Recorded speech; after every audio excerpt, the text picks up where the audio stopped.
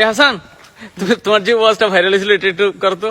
Current নাই viral. হ্যাঁ সারা রাত মোবাইল টিপে সকাল 9টা থেকে মোবাইলের মাঝে চার্জ নাই, মোবাইলের মাঝে চার্জ নাই। এবার মাইকিং চলে সকাল 8টা থেকে বিকাল 4টা পর্যন্ত কারেন্ট থাকবে না।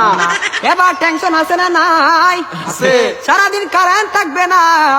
আর যদি কারেন্ট না থাকে আমার মোবাইলটা বন্ধ হয়ে যাবে, আর ওই পারে কথা বলা যাবে না। এবার ওই পার থেকে রাগ করবে কি করবে না?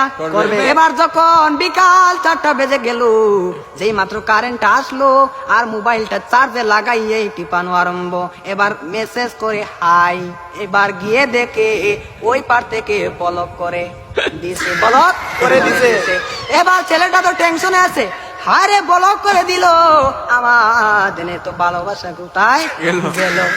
এবার 2 দিন পরে ব্লকটা খুললো, 2 দিন পরে ব্লকটা খুললো। এই 2 দিনের মাঝে ছেলেটার আরেকটা হয়ে গেছে, আরেকটা হয়ে গেছে। এবার মেয়েটা বলে তোমার সাথে আমি পালিয়ে যাব, আমাদের বাড়িতে মানবে না, চলো আমরা পালিয়ে যাই। আমি রাগ করেছিলাম, আমার রাগ তুমি কেন ভাঙ্গাও না? আর ছেলেটা রাগ কি ভাঙ্গাবে, এই 2 দিনের মাঝে আরেকটা কপালের মাঝে জুইটা গেছে।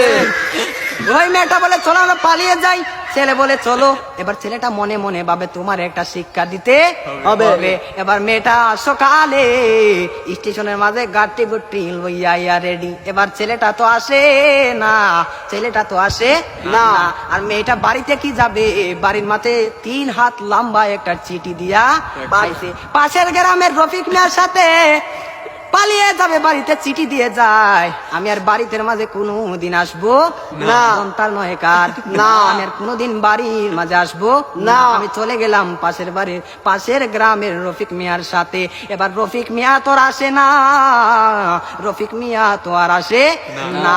এবার 1 ঘন্টা চলে যায়, 2 ঘন্টা চলে যায়, ছেলেটার মোবাইলও বন্ধ।